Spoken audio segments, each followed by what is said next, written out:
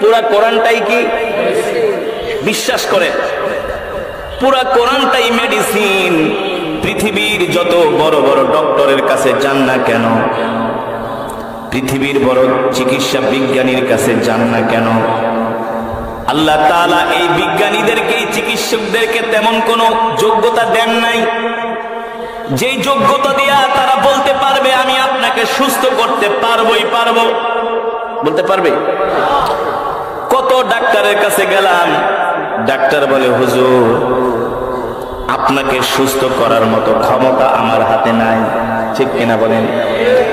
আল্লাহ তাআলা নিজে বলছেন ওয়াইদা মারিতু ফাহুয়া ইয়াশফিন, আমি আল্লাহ রোগ দেই, আবার আমি আল্লাহ আমার বান্দাকে সুস্থ করি। রোগ দেন কে? আল্লাহ তাআলা বলছেন ওয়াইদা মারিতু ফাহুয়া ইয়াশফিন, আমি আল্লাহ রোগ দেই, আমি আল্লাহ আমার বান্দাকে সুস্থ করি। আল্লাহু আকবার।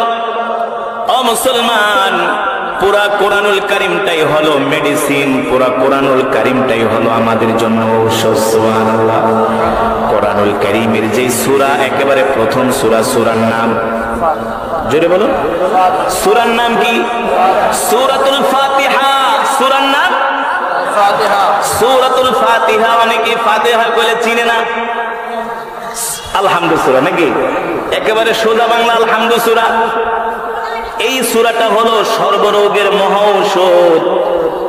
আজকের এই শিবচরের স্কুল মাঠ থেকে আমি আপনাদেরকে বলে গেলাম, যদি আপনার ঈমান থাকে, ইয়াকিনের সাথে আপনি বিশ্বাস করে যত বড় রোগ হোক না কেন, আপনি সূরাতুল ফাতিহা 3 বার 7 বার 11 বার আগে পরে দুরূদ শরীফ পড়ে আপনি পানিতে ফু দিয়া এই পানি খাবেন, ইনশাআল্লাহ একদিন না একদিন যদি এই রোগ মুক্ত করা আপনার জন্য কল্যাণ হয়ে থাকে, অবশ্যই সূরাতুল ফাতিহার উসিলায় আপনাকে সুস্থ করে দিবে।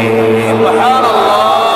কোরআনুল কারীমের মধ্যে 6টা আয়াত আছে যাকে বলা হয় আয়াতুশ শিফা। নাম কি? ওয়া ইয়াশফি সুদুর কওমিন মুমিনিন ওয়া শিফাউল লিমা ফিস সুদুর ইয়াখরুজু মিন বুতুনিহা শারাবুন মুখতালিফুন আলওয়ানুহু ফীহি শিফাউল লিন-নাস। আল্লাহু আকবার। মানুষের জন্য আল্লাহ তাআলা এই আয়াতগুলোর মধ্যে শিফা রেখেছেন, মুক্ত রেখেছেন, মুক্তি রেখেছেন, আরোগ্য রেখেছেন। সুবহানাল্লাহ। ওয়া নুনাজ্জিলু মিনাল কুরআনি মা হুয়া শিফাউ ওয়া রাহমাতুল লিল মুমিনিন ওয়া ইযা মারিদতু ফাহুয়া ইয়াশফিন কুল হুয়া লিল্লাযীনা আমানু হুদাও ওয়া শিফা। আল্লাহু আকবার। আরো জোরে বলুন আল্লাহু আকবার। আল্লাহ তাআলা বলছেন, বান্দা আমি আল্লাহ তোমাদেরকে যে কোরআন দিয়েছি, এই কোরআন তোমাদের দুনিয়ার জন্য পাথেয়। ঠিক কিনা বলুন? এই কোরআন আমাদেরকে দুনিয়াতে পথ দেখায় আর জান্নাতের পথকে সহজ করে দেয়। আল্লাহু আকবার। এই কোরআন সেই কোরআন যে কোরআনুল কারীমের তেলাওয়াত শুনে মক্কার কাফিরেরা দলে দলে আল্লাহ রসুলের হাতে হাত রেখে কালেমা পড়ে মুসলমান হয়ে গিয়েছেন। ঠিক কিনা বলুন? আজকে দুঃখের বিষয় হলো সেই কোরআন এখন মুসলমান তেলাওয়াত করে না, তেলাওয়াত করে না। আবার অনেক মসজিদে যায়, নামাজ পড়ি, দেখি অনেক বৃদ্ধরা মসজিদের কোনায় বসে বসে তসবিহ টিপে। কি টিপে? সস্তা একটা তসবিহ পাইয়া লইছে, খালি তসবিহ টিপে, শুধু তসবিহ আর তসবিহ। কোনায় বসে শুধু তসবিহ টিপে। কেন? আফজালুজ যিকর তিলাওয়াতুল কুরআন। আপনি তসবিহ টিপেন, কোরআন কেন পড়তে পারেন না? কেন আপনি কোরআন কেন পড়তে পারেন না? তসবিহ টিপা শিখছেন, কোরআন কোরআন পড়া শিখেন নাই কেন? আগে উচিত ছিল তসবিহ টিপার আগে কোরআন পড়া। ঠিক কিনা বলুন? চোর বাটপার সবাই তসবিহ টিপতে পারে, আল্লাহর নাম সবাই নিতে পারে, কিন্তু সবাই কোরআন পড়তে পারে না। কোরআন পড়াটা হলো বুজুর্গি, তসবিহ টিপা বুজুর্গি নয়। তসবিহ টিপা বুজুর্গি নয়, কোরআন পড়া হলো বুজুর্গি। যে সবচেয়ে বেশি কোরআন পড়ে সে সবচেয়ে বড় বুজুর্গ। এলাকার মধ্যে সবচেয়ে যে বেশি কোরআন পড়ে সে সবচেয়ে বড় কি? বুজুর্গ। সে সবচেয়ে বড় ওলি। কোরআন পড়তে পারে না, খালি তসবিহ টিপে। সহজ পায়া লইছে নাকি? এতই সোজা। এই কোরআন কি আল্লাহ শুধু খতমে তারাবির জন্য নাজিল করেছে? কথা বলেন না? বাপ মরে যাবে, 40 দিন পরে 10 জন হুজুর ডাক দিয়া কোরআন এক খতম করে, গরু 10টা জবাই করে, জনমের খাওয়া খা নাকি? একেবারে গলা পর্যন্ত খিচুড়ি খা, আর হুজুরকে দাওয়াত দিবি 500 টাকা দিয়ে, 5000 টাকা দিয়ে বিদায় করে দিবি। কয় টাকার মালিক হয়েছো? ফেরেশতারা পিটায় হাঁটতে ফেলে ফেলবে। তোমার বাবা মরে গেছে, তুমি তোমার বাবার নামে খতম করবা, ঠিক কিনা বলুন? তুমি তোমার বাবার শিওরে বসে বসে কোরআন পড়বা, তোমার বাবার অন্তিম বিদায়ের সময় তুমি তার কানের পাশে বসে সূরা ইয়াসিনের তেলাওয়াত করবা। রাগ করতেছেন? কষ্ট পাইলেন? আপনাদের এলাকায় কয়জন মানুষকে আপনি ফজরের পরে কোরআন পড়তে দেখছেন বলেন? এলাকার কয়জন মুরব্বীকে পারে শুধু 33 বা সুবহানাল্লাহ আলহামদুলিল্লাহ পড়ে মসজিদ থেকে দূর যে চায়ের দোকানে পরে বাংলা সিনেমা আর চা খায়? সত্য নাকি মিথ্যা? আমার কথা অনেকের কাছে অপছন্দ হতে পারে, আল হাক্কু মুররুন, হক কথা তিতা। যা বলছি সঠিক নাকি বেঠিক? আপনি 33 বা সুবহানাল্লাহ আলহামদুলিল্লাহ পড়লেন, কেন বসে 5টা মিনিট কোরআনুল কারীমের তেলাওয়াত করেন না? 5টা পৃষ্ঠা পড়েন না? কোরআন পড়া হলো মুসলমানের শান। কোরআন পড়া কি? জোরে বলুন, জোরে বলুন। কোরআন পড়া মুসলমানের শান। এই কোরআন পড়তে পড়তে রাসূলের প্রিয় জামাই হযরত উসমান ইবনে আফফান রাদিয়াল্লাহু তাআলা, এই কোরআন পড়তে পড়তে হযরত উসমান ইবনে আফফান শহীদ হয়েছে কোরআন তেলাওয়াত অবস্থায়। এই মিয়া সাহেব কেমন পড়ছে জানেন? একটা হ্যান্ডবেল দেন। হযরত উসমান ইবনে আফফান যে কোরআনের কপিটা পড়তেন, ইতিহাস সাক্ষী এখনো সেই কোরআনের কপিটা বোখারার সমরখন্দে তাজিকিস্তানের সেই মিউজিয়ামে আছে। হযরত ওসমান যে কোরআনুল কারীমের কপিটা পড়তেন, এত পৃষ্ঠাটা উল্টাতে উল্টাতে কোরআনের কপির এই সাইড দিয়া পাতাগুলো একেবারে ক্ষয় হয়ে গিয়েছিল। এত পড়া পড়তেন হযরত ওসমান ইবনে আফফান রাদিয়াল্লাহু তাআলা আনহু, এত বেশি কোরআন পড়তেন। এবার আসুন মুসলমান, আজকে যদি মুসলমানের ইমানের পাওয়ার থাকতো, কোরআনুল কারীমের তেলাওয়াতের আওয়াজ শোনার পরে কেউ ঘরে বসে থাকতে পারতো না? পারতো? এত বলছি মুসলমানের কথা। কোন যুবক রাস্তায় থাকতে পারতো না, কোন যুবক চায়ের দোকানে থাকতে পারতো না, ফেসবুক চালাতে পারতো না। অথচ আমি মুসলমানের কথা বলি নাই। আল্লাহ রাসূল যখন মক্কায় কোরআন পড়তেন, মক্কার যুবক কাফেররা এসে আল্লাহ রাসূলের জবানে কোরআন শোনার জন্য লাইন ধরে দাঁড়িয়ে যেতেন। ও যুবক, ও মুসলমান, রাগ করো না বন্ধু গো, কষ্ট পেও না। তোমাকে আমাকে দুনিয়াতে আল্লাহ তাআলা শুধু অর্থ কামাই করার জন্য দুনিয়াতে পাঠায় নাই, শুধু পড়াশোনা করার জন্য দুনিয়াতে পাঠায় নাই। অনেক বড় ডক্টরেট ডিগ্রি অর্জন করবা, অনেক বড় ওসি হবা, ডিসি হবা, এসপি হবা, বড় সরকারি চাকরিজীবী হবা, অনেক বড় ইঞ্জিনিয়ার হবা। এই কারণে শুধু আল্লাহ তাআলা তোমাকে আমাকে দুনিয়াতে পাঠায় নাই, তোমাকে আমাকে আল্লাহ তাআলা দুনিয়াতে পাঠিয়েছেন তার কোরআন পড়ার জন্য, ঠিক কিনা বলুন? কোরআন এমন এক কিতাব, তালাবুল ইলমি ফরিদাতুন আলা কুল্লি মুসলিম।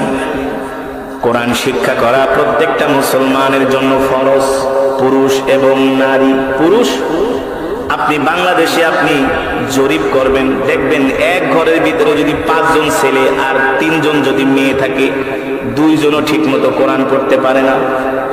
বাবাও কোরআন পড়তে পারে না, সন্তানও কোরআন পড়তে পারে না। অথচ আল্লাহ রাসূলের হাদিস, আল কুরআন হুজ্জাতুল লাকা ওয়া আলাইকা, এই কোরআন কিয়ামতের ময়দানে কারো জন্য হবে হাসির কারণ, আবার কারো জন্য হবে কান্নার কারণ। এই কোরআন কারো জন্য হবে হাসির কারণ, কারো জন্য হবে কান্নার কারণ, কারো জন্য হবে সুখ, কারো জন্য হবে দুঃখ। কাদের জন্য হবে দুঃখ, কাদের জন্য হবে কান্নার কারণ? যারা দুনিয়াতে কোরআন পড়ে নাই, কোনোদিন কোরআন খুলে দেখেও নাই, কোনোদিন কোরআনের মজমায় যায়ও নাই, অনেক বড় ইঞ্জিনিয়ার হয়েছে, ডাক্তার হয়েছে, ব্যবসায়ী হয়েছে, অনেক বড় নেতা হয়েছে, নেত্রী হয়েছে, কোনোদিন কোরআন খুলে দেখে নাই, ঠিক কিনা বলেন? এমন মুসলমান এই সমাজের মধ্যে আছে কি আছে না? আছে কি আছে না? আজকে স্কুল কলেজের ম্যাক্সিমাম ছেলে মেয়েরা কোরআন পড়তে পারে না। পারে না। জগন্নাথ ভার্সিটিতে পড়ে, জাহাঙ্গীরনগরে পড়ে, ঢাকা ইউনিভার্সিটিতে পড়ে, দাঁড়ায় দাঁড়ায় পেশাব করে, ঠিক কিনা? কোরআন পড়তে পারে না, কোরআন পড়তে পারে না, হাফ প্যান্ট পরে ঘোরে।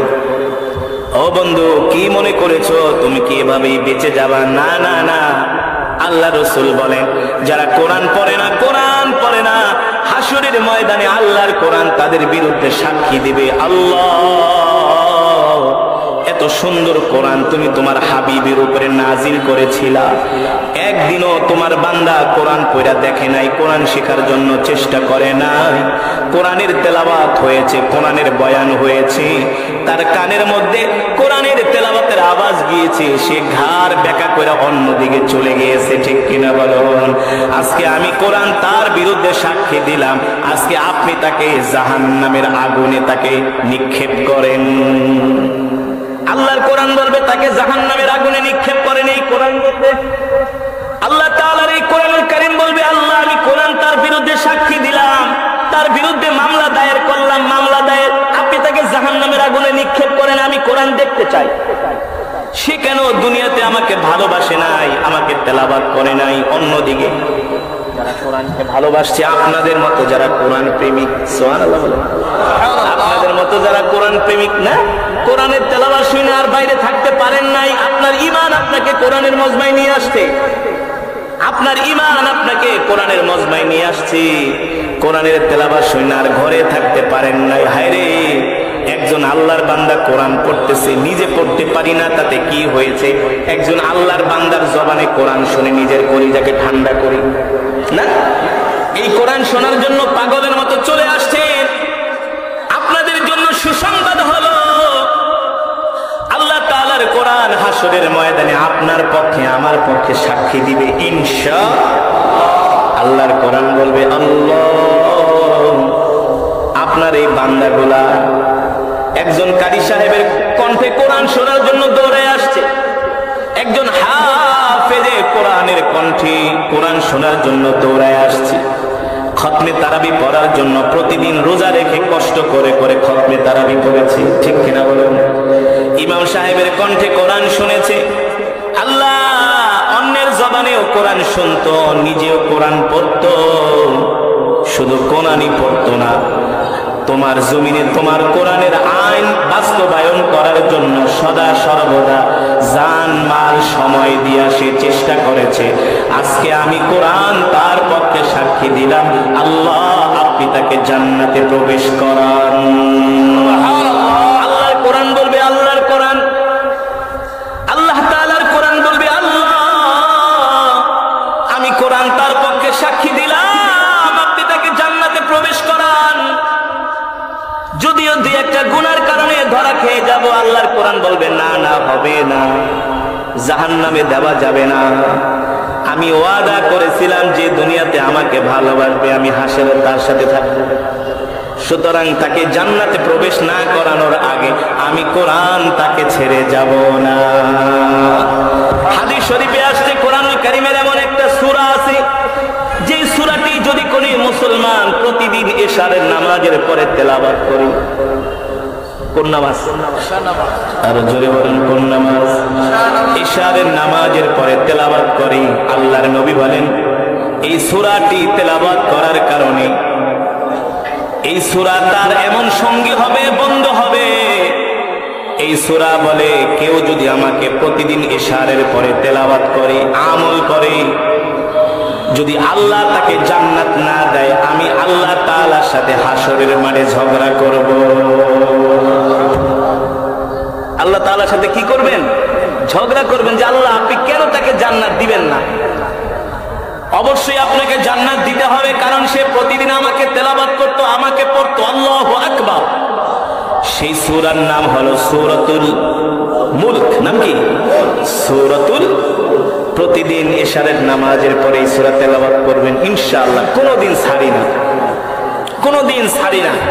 সূরাতুল মুলক প্রতিদিন ইশারের সালাতের পরে তেলাওয়াত করবেন। সূরাতুল মুলক বলে তুমি যদি আমাকে বন্ধু বানায় নাও, আমিও হাসরের ময়দানে তোমার বন্ধু হয়ে যাব।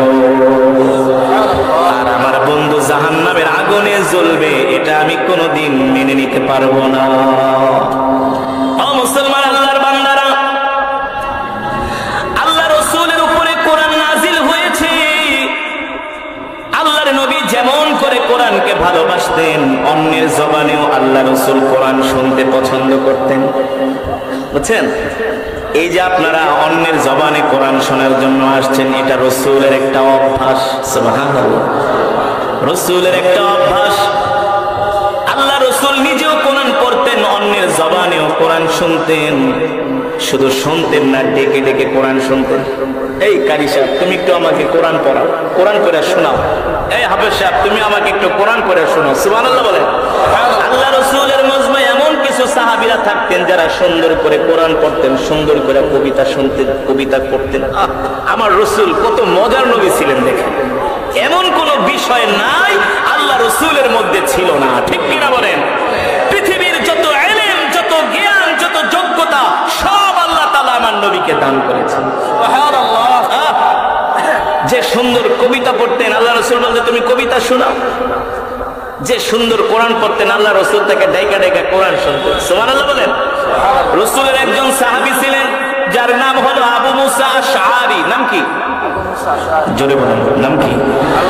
আবু মুসা আশআরী রাদিয়াল্লাহু তাআলা আনহু, যিনি ছিলেন কোরআনের কারি, অনেক সুন্দর করে কোরআন পড়তেন। আবু মুসা আশআরী রাদিয়াল্লাহু তাআলা আনহু একদিন মসজিদে নববীতে বসে কোরআন পড়তেছেন। এত সুন্দর সুললিত কোরআন পড়ছেন। সাহাবীর কোরআনুল কারীমের তেলাওয়াতের আওয়াজ শুনে আল্লাহ রাসূল নিজে দাঁড়ায় গেলেন, সাহাবীরাও দাঁড়ায় গেলেন।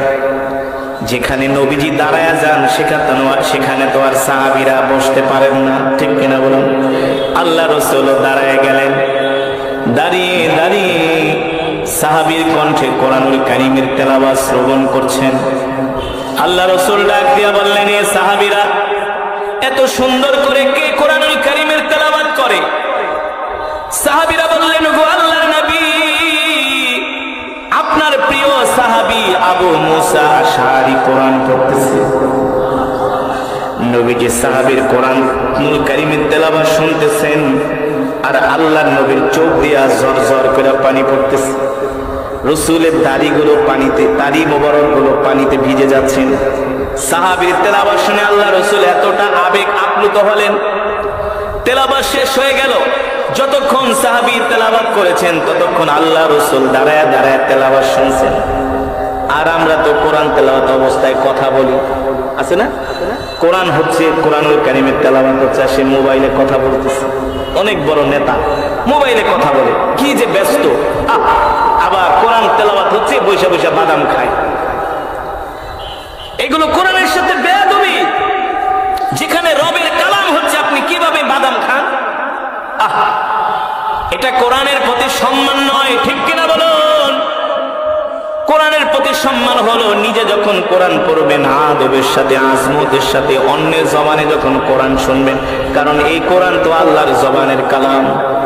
শুনলে এক এক হরফে আলিফুন ওয়া লামুন ওয়া মিমুন ওয়া হারফুন। আল্লাহ রাসূল বলেছেন, কেউ যদি কোরআনুল কারীমের তিনটা শব্দ তেলাওয়াত করে, আলিফ লাম মিম, এই তিন শব্দ এক শব্দ না, আলিফ এক শব্দ, লাম এক শব্দ, মিম এক শব্দ। কেউ যদি কোরআনুল কারীমের তিনটা শব্দ তেলাওয়াত করে, আল্লাহ তাআলা তার আমলনামায় 30টা নেকি দান করে। আপনারা যে মাগরিবের পরে আইসা কত সওয়াব পাইছেন, 13 পান নাই? আপনারা যারা মাগরিবের সালাতের পরে এই মাহফিলে আসছেন, সকলেই এক খতম করে করে কোরআনুল কারীমের সওয়াব পেয়েছেন। সুবহানাল্লাহ। কিভাবে গো? কিভাবে বলতে পারবেন? আমি সূরাতুল ইখলাস শরীফ 3 বার পড়েছি। কয়বার? আল্লাহ রাসূল বলেন, কেউ যদি সূরাতুল ইখলাস 3 বার তেলাওয়াত করে, ঈমান এবং ইয়াকিনের সাথে, আজমতের সাথে, আল্লাহ তাআলা তার আমলনামায় এক খতম পূর্ণ কোরআনুল কারীমের সওয়াব দান করেন। শুধু এখানেই সওয়াব শেষ না, এক খতম করে কোরআনুল কারীমের সওয়াব পেয়েছেন, এখানেই শেষ নয়। আমি যে কোরআনুল কারীম পড়েছি, আপনারা এক একটা হরফের বিনিময়ে 10টা করে নেকি পেয়েছেন। এবার হিসাব করেন, আমি যদি 5000 শব্দ তেলাওয়াত করি, আপনি 10 দিয়া গুণ দেন, এত হাজার নেকি পেয়েছেন। খুশি নাকি বেজার? এই কারণেই তো আল্লাহর জবানের কালাম এত সম্মান, এত মর্যাদা, ঠিক কিনা বলুন? পৃথিবীর কোন কিতাবের এত মর্যাদা নাই যেটা আল্লাহর কোরআনের মর্যাদা। তাওরাতের এত মর্যাদা নাই, জবুরের এত মর্যাদা নাই, ইনজিলের এত মর্যাদা নাই, আল্লাহর কোরআনের যে মর্যাদা। আল্লাহু আকবার। যেটা বলছিলাম, মুসলমান রাসূলের সাহাবী আবু মুসা আশআরী কোরআন পড়তেছেন, সাহাবীর তেলাওয়াত শেষ হয়ে গেল। আল্লাহ রাসূল সাহাবীকে ডাকলেন। তেলাওয়াত শেষ হওয়ার পরে, তেলাওয়াতের মাঝখানে না, যেটা এখানে আসে না, যতক্ষণ তেলাওয়াত চলছেন আল্লাহ রাসূল সাল্লাল্লাহু আলাইহি ওয়াসাল্লাম তেলাওয়াত শ্রবণ করেছেন চুপ থেকে। তেলাওয়াত শেষ হয়ে গেল, ডাকলেন, যাও যাও আমার সাহাবীকে ডেকে নিয়ে আসো। সাহাবী আবু মুসা আশআরী রাদিয়াল্লাহু তাআলা আনহুকে ডাকা হলেন। আল্লাহ রাসূল ডাক দিলেন, এই এদিকে আসো। এতক্ষণ কি তুমি কোরআন পড়তেছিলা?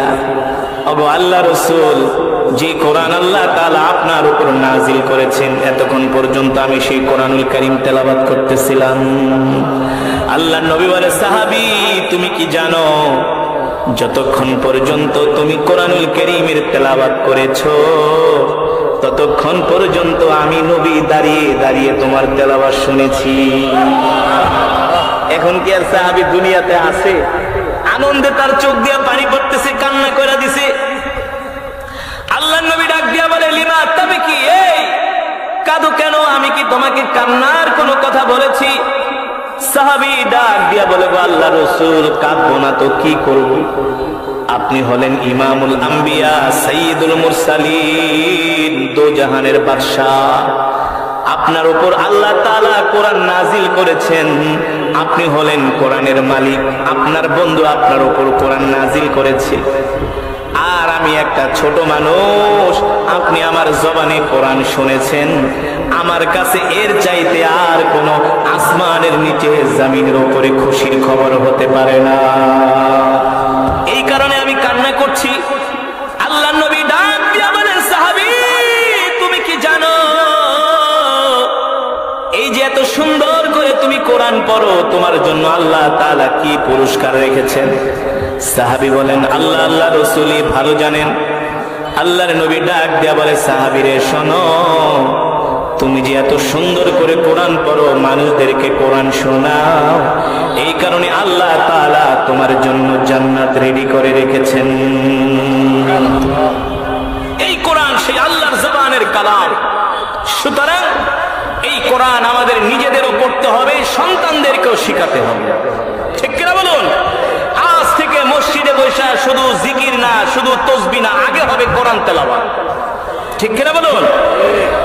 আপনি ফজরের পরে সূরা ইয়াসিনের তেলাওয়াত করেন, অথবা কমপক্ষে 5 পৃষ্ঠা না হলে 10 পৃষ্ঠা, পারলে 1 পারা করে কোরআন পড়েন, না পারলে কমসে কম আধা পারা পড়েন, 5 পৃষ্ঠা পড়েন। তারপরেও কোরআনের সাথে প্রতিদিন একটা সম্পর্ক রাখেন। আপনি ইন্তেকাল করলে যাতে ওই দিনও আল্লাহর কোরআন বলতে পারে, আল্লাহ আপনার এই বান্দা আজকে ইন্তেকাল করেছে, সে খতম বাকি রেখে গেছে, ঠিক কিনা বলো? তার খতম শেষ হয় নাই, তুমি তো তাকে দুনিয়া থেকে উঠাই নিয়ে আসতো। আল্লাহ, আমার এই বন্ধু যদি দুনিয়াতে বেঁচে থাকতো, আমাকে শেষ করতো, খতম করতো, আমি কোরআন তার পক্ষে সাক্ষী দিলাম, আল্লাহ আপনি তাকে জান্নাত দিয়ে দেন। এই কারণে আগে কোরআন পড়া, আগে কোরআন পড়া, আগে কোরআন, আগে কোরআন, আগে কোরআন, ঠিক কিনা বলুন? ঘরে কোরআন, দোকানে কোরআন, দোকানে বসে আছেন, ক্যাশ বাক্সের সামনে বসে বসে সূরা ইয়াসিন পড়েন, সূরা ওয়াকিয়ার আমল করেন, সূরা মুলকের আমল করেন। এখন তো মোবাইলে কোরআন আছে, গাড়িতে বসে আছেন, আজে বাজে চিন্তা না কইরা কোরআন পড়তে থাকেন, ঠিক কিনা বলেন? এখন তো কোরআন পড়া অনেক সহজ। কোরআন পড়েন, কোরআন পড়েন, কোরআন পড়েন, কোরআনের সাথে সম্পর্ক রাখেন। আর মুসলমানের আল্লাহর কোরআন ছাড়া কোনো উপায় নাই, আছে? আল্লাহর কোরআন ছাড়া মুসলমানের কোনো উপায় নাই। নিজেও কোরআন পড়বেন, সন্তানদেরকেও কোরআন শিখাবেন। যাদের কন্যা সন্তান আছে, মহিলা মাদ্রাসায় ভর্তি করে হাফেজা বানান। আজকে আমাদের দেশে মা বোনেরা বেপরদা হয়ে যাচ্ছে, কারণ তাদেরকে কোরআন শিখানো হয় না, দ্বীন শিখানো হয় না। স্কুল, কলেজ, ইউনিভার্সিটিতে ঠিকই পড়ছে, মাগার কোরআন পড়ছে না। আর মা বোনেরা কোরআন না পড়ার কারণে হযরত হাফেজের মতো সন্তানও জন্ম হচ্ছে, ঠিক কিনা বলুন? হাজী শরীয়তুল্লাহর মতো সন্তানও জন্ম হচ্ছে না। কারণ মা যদি দেখে সিনেমা, মা যদি দেখে নাটক, ওই মায়ের গর্ভে কখনো আল্লাহর ওলির জন্ম হবে না। হযরত হাফেজের মায়ের জীবনী পড়া দেখেন, জেনে দেখেন তাদের মা কেমন ছিল, তাদের মায়েরা কেমন ছিল। শেখুল হাদিস আল্লামা আজিজুল হক রহমাতুল্লাহ আলাইহির স্ত্রী কেমন ছিলেন, তাদের জীবনী পড়ে দেখেন। আম গাছ থেকে কোনোদিন গাব গাছ হয় না, ঠিক কিনা বলো? যেমন বৃক্ষ তেমন ফল। মা যদি হয় আলেমা, মা যদি হয় আবেদা, জাকেরা, শাকেরা, সালেহা, সেই মায়েদের গর্ভ থেকেও জন্ম নেবে বাংলার তিতুমির শাহজালাল মুজাদ্দিদ ইয়ামানি, হাজী শরীয়তুল্লাহর মতো জগৎ বিখ্যাত আল্লাহর ওলি রাহবা, ঠিক কিনা বলে? ঠিক না? হ্যাঁ। এই কারণে মায়েদেরকে আগে পর্দানশীল হতে হবে, আবেদা হতে হবে, জাকেরা, শাকেরা হতে হবে, সালেহা হতে হবে। আমরা আমাদের কন্যা সন্তানদেরকে মহিলা মাদ্রাসায় ভর্তি করাবো, ছেলে সন্তানদেরকে আমরা মাদ্রাসায় ভর্তি করাবো, হাফেজ বানাবো, আলেম বানাবো। আপনার 5টা সন্তান আছে, সবগুলাকে আপনি জেনারেল শিক্ষায় শিক্ষিত করছেন কেন? 2-3জনকে মাদ্রাসায় পড়ান, দেখবেন 1-2 জনের বাতাসে সবগুলা দিনওয়ালা ইমানওয়ালা হয়ে যাবে, ঠিক কিনা বলুন? আমি টাঙ্গাইলে এক মাহফিলে গিয়েছি, একজন জজ, ডিস্ট্রিক্ট জজ, এই বড় বড় দাড়ি, প্রোগ্রামের প্রধান অতিথি। আমি জিজ্ঞেস করলাম, ভাইজান এত বড় বড় দাড়ি, সুন্নতি লেবাস আপনার গায়ে? বলে, হুজুর আলহামদুলিল্লাহ আমার ছোট ভাইটা আলেম। আমার ছোট ভাইটা কি আলেম হওয়ার কারণে আমরা 4 ভাই সবাই এখন দিনের পথে। খালি দুনিয়া দুনিয়া, ধান্দা ধান্দা, ওসি, ডিসি, এসপি সব বানাবেন, মাগার আলেম বানাবেন না। হাসরের ময়দানে আগে আপনাকে ধরা হবে যে তুই দুনিয়া লোভী ছিলি, তুই ঠিক থাকলে তোর সন্তানগুলো আলেম হতো, ঠিক কিনা বলুন? এই কারণে আমরা নিজেরাও কোরআন পড়বো, কোরআন শিখবো, আমাদের সন্তানদেরকে কোরআন শেখাবো ইনশাআল্লাহ। আমরা আমাদের সন্তানদেরকে আলেম বানাবো, যাতে আমার ইন্তেকালের পরে আমার সন্তান আমার কবরের পাশে দাঁড়িয়ে আমার জন্য দোয়া করে। ভাড়া কইরা যাতে মৌলবি আনতে না হয়। আরে আপনি দাওয়াত দিয়ে ইমাম সাহেব আনবেন, কত ব্যস্ত, কত চিন্তা তার মাথায়, ঠিক না? আপনি এক দোয়া করতে আছে, তার তো আরো 4 দোয়ার দাওয়াত রয়ে গেছে, কয় জায়গায় সময় দিব বেচারা? তো আপনার নিজের সন্তান যদি আলেম হয়, সে যদি আমেরিকা থাকে, লন্ডনও থাকে, প্রতিদিন সূরা ইয়াসিন পড়ে কমসে কম আপনার জন্য দোয়া দেন। আল্লাহ রসুলের কানের মধ্যে, কান মুবারকে আবু মুসা আশআরীর কোরআনের তেলাওয়াতের আওয়াজ আল্লাহ রসুলের কান পর্যন্ত পৌঁছে গেল। আল্লাহ রসুল সাল্লাল্লাহু আলাইহি সাল্লাম সাহাবীদেরকে নিয়ে যাচ্ছিলেন, আল্লাহ রসুল সাল্লাল্লাহু আলাইহি সাল্লাম সাহাবীদেরকে নিয়ে যাচ্ছিলেন। আল্লাহ রসুল কোরআনুল কারীমের তেলাওয়াতের আওয়াজ শুনে জায়গার মধ্যে দাঁড়ায় গেলেন। কে দাঁড়িয়েছেন? আমাদের নবী। কে? যিনি ইমামুল আম্বিয়া, সাইয়্যিদুল মুরসালিন, খাতামুন, যার উপরে আল্লাহ তাআলা এই কোরআন নাযিল করেছেন। সারা পৃথিবীর বাদশা, দোজাহানের বাদশা, যার সুপারিশ ছাড়া কেউ জান্নাতে যেতে পারবে না, যার হাতে থাকবে জান্নাতের চাবি। চাবি যেই দিন সমস্ত আম্বিয়ারা, নবীরা পর্যন্ত বলতে থাকবে ইয়া নফসি ইয়া নফসি, সেই দিন আপনার আমার নবী বলবে ইয়া উম্মতি ইয়া উম্মতি। যেই দিন সমস্ত আম্বিয়া আলাইহিস সালামরা পেরেশান থাকবেন, সেই দিন তিনি হাসরের ময়দানে সেজদা দিবে আর বলবে ইয়া উম্মতি। জিবরাইল এসে বলবে ইয়া মুহাম্মদ ইরফা রাসাক, ইয়া মুহাম্মদ ইরফা রাসাক, ইশফা তুশাফা। আজকে আপনার কান্নাকাটির সময় না, আপনি যার জন্য সুপারিশ করবেন আল্লাহ তাআলা তাকেই জান্নাতে প্রবেশ করাবেন। আপনার অনুমতি ছাড়া, আপনার সুপারিশ ছাড়া কেউ জান্নাতে যেতে সেই নবীর উম্মত আমরা, খুশি নাকি বেজার? বলি আলহামদুলিল্লাহ। আরে গরু খাওয়া মুসলমান সেই নবীকে চিনলা না, অথচ কত কাফের মুশরিক বেঈমানরা এখনো পর্যন্ত সেই নবীর জীবনী রিচার্জ করে তারা কালেমা পড়ে মুসলমান হয়ে যাচ্ছে, ঠিক কিনা বলুন? আর আমরা সেই রসুলের উম্মত হইয়া কোরআন পড়ি না, রসুলের সুন্নাহগুলো মানি না। আফসোস লাগে। মনে আছে নাকি কোন ঘটনা বলতেছিলাম? আল্লাহ রসুল কি করছেন? আরে বাবারে, ওয়াজ শুনলে হবে না, ওয়াজ তো মনে রাখতে হবে, ঠিক কিনা বলুন? দাদার নাতি, দাদায় নাতিনি নিয়ে প্রতিদিন ওয়াজ শুনতে, এই যে এখন ওয়াজের মৌসুম আসতেছে, আমাদের দেশে যে পরিমাণ ওয়াজ হয়, আমি তো সারা পৃথিবী ঘুরি, এত পরিমাণ ওয়াজ পৃথিবীর কোথাও হয় না। এত মানুষ পৃথিবীর কোথাও, আমরা বিদেশে যে প্রোগ্রাম করি এক এক মসজিদ অডিটোরিয়ামে, তাও বাঙালিদের, যেখানে বাঙালিদের প্রোগ্রাম বাংলাদেশে সেখানে মানুষ বেশি হয়, কিন্তু অন্য অন্য দেশের যখন প্রোগ্রাম হয়, যেমন মালয়েশিয়ান ইন্দোনেশিয়ানদের প্রোগ্রাম, আরো অন্য দেশের প্রোগ্রাম, 100 200 300 বেশি মানুষ। তো বাংলাদেশটা একটা আজীব দেশ, যেখানে রাত 3টা পর্যন্ত, ফজর পর্যন্ত মানুষ বয়ান শোনে। আমাদের দেশের মানুষগুলো ওয়াজ শুনে যদি আমল করত, এক একজন আব্দুল কাদের জিলানী হয়ে যেত, এক একজন মুহাদ্দিস মুফাসসির হয়ে যেত, যে পরিমাণ ওয়াজ শুনে, হাদিস শুনে। কিন্তু এক কান দিয়া শুনে আর এক কান দিয়া কি করে? ওই যে দাদা আর নাতি ওয়াজ শুনে প্রতিদিন। এখন দাদায় নাতির চোত মাস, দুইটা ডাব মার। ইসলামে নরমও আছে, গরমও আছে, মজাও আছে, ঠিক কিনা বলেন? হ্যাঁ, আল্লাহ রসুল মাঝে মাঝে সাহাবীদের সাথে মজা করতেন। অনেক উলামায়ে কেরাম দেখবেন কিছু ঘটনা শোনান, শিক্ষণীয় ঘটনা, মানুষদেরকে বুঝানোর জন্য। তো দাদায় নাতিরে যা নারকেল পাক, দাদা তোমার বয়স 70 আর আমার বয়স মাত্র 15, আমি তোমার মাথার উপর দিয়া লাফায়া লাফায়া নারকেল পাড়তে উঠুন, এই বেয়াদবি আমি করতে পারব না। এই বেয়াদবিকে আমি করতে, তোমার মাথার উপর উঠবো, এই বেয়াদবি আমার দ্বারা সম্ভব না।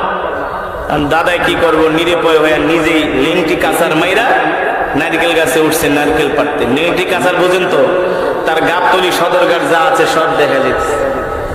এখন নারকেল পাড়ার পরে নাতি কয়, দাদারে 70 বছর বয়সে তুমি এই কামটা কেমনে করলা? কয় কেন? তুমি বুড়া মানুষ, তোমার গাবতলি সদরঘাট তো সবই দেখা গেছে, কাঁচার মাইরা নারকেল গাছে উঠলা, খরচ তরক করলা, কাজটাকে ঠিক করলা। কয় কেন? তুমি তো প্রায় হুজুরদের ওয়াজ শুনতে যাও। কয় নাতি, ওয়াজ ঠিকই শুনি, ওই যে খাল পার হইয়া যায়, খালের ওই পারে সব ওয়াজ রাইখা আসে, কোন ওয়াজ বাড়িতে আনি না। এই হলো আমাদের সমস্যা, আমরা ওয়াজ শুনি মাগার আমল করি না, ঠিক কিনা বলুন? অথচ আল্লাহ রাসূল বলছেন, অল্প আমলই নাজাতের জন্য যথেষ্ট, আমল এগুলা বলাটাও ইবাদত। আপনি যে স্বীকার করছেন বিশাল সাম্রাজ্যের মালিক আল্লাহ সুবহানাহু ওয়া তাআলা, এই যে রবের প্রশংসা করছেন, আসমানের মালিক, জমিনের মালিক, এই প্রশংসা শুনে আমাদের উপর সন্তুষ্ট হচ্ছেন।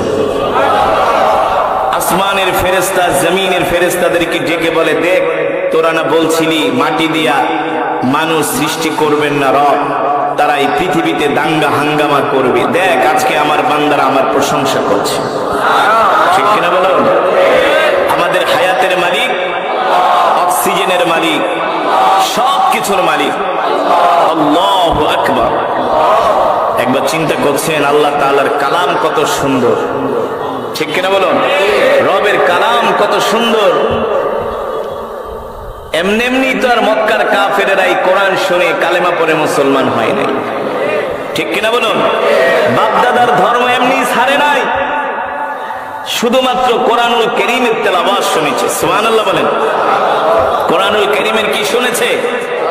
তেলাওয়াত শুনে যে ওমরকে বলা হয়, যে ওমরকে বলা হয় মক্কার সবচেয়ে বড় বীর, ইসলামের এমন কোন বিরোধিতা নাই খাত্তাবের ছেলে ওমর করে নাই। এমন একজন বীর পালোয়ান আল্লাহ রসুলের জবানে কোরআন শুনে কোন দ্বিধা করে নাই, কোন প্রশ্ন করে নাই, নির্দ্বিধায় কালেমা পড়ে মুসলমান হয়েছে। ঠিক কিনা বলো? ঠিক না? এই কোরআন আল্লাহর জবানের কালাম। এই কোরআন হলো মুমিনের জন্য শিফা, মুমিনের জন্য ঔষধ। আল্লাহু আকবার।